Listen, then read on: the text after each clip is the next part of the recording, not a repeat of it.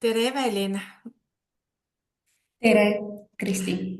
Mul on hea meel, et sa andsid endast märku ja et sa tuled rääkima niivõrd olulisel teemal tööohutuse ja töötervishoiu treffile, mis toimub 21. jaanuar 2026.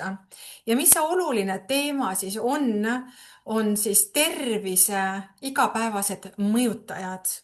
Et Evelin, kas sa avaksid mõne lausega, millest sa hakkad treffil rääkima?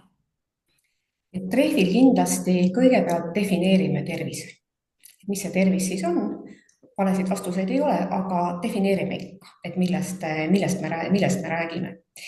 Ja tähendab, me oleme harjunud, et meie tervist mõjutavad arstid, meie tervist mõjutavad terapeudid. Tegelikult meie tervist mõjutab palju-palju determinante, mis siis ümbritsevad meid igal päeval ja igal öösel.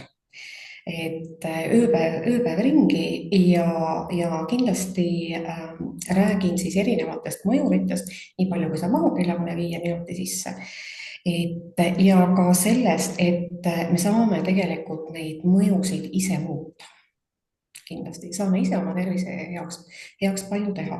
Ma räägin kindlasti geneetikast, poliitilistest otsustest, kindlasti keskkonnast, töökeskkonnast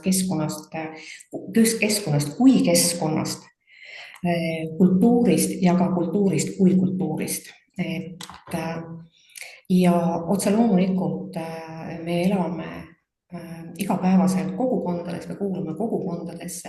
Räägin kogukondade mõjust, pere mõjust ja kuulumisest. Me kõik soovime kuskile kuuluda, me kõik kuulume kuhugi, isegi siis, kui me selle peale ei mõtle, et kuhu me kuulume ja ka sotsiaalsetest ja käitumuslikest tegudest.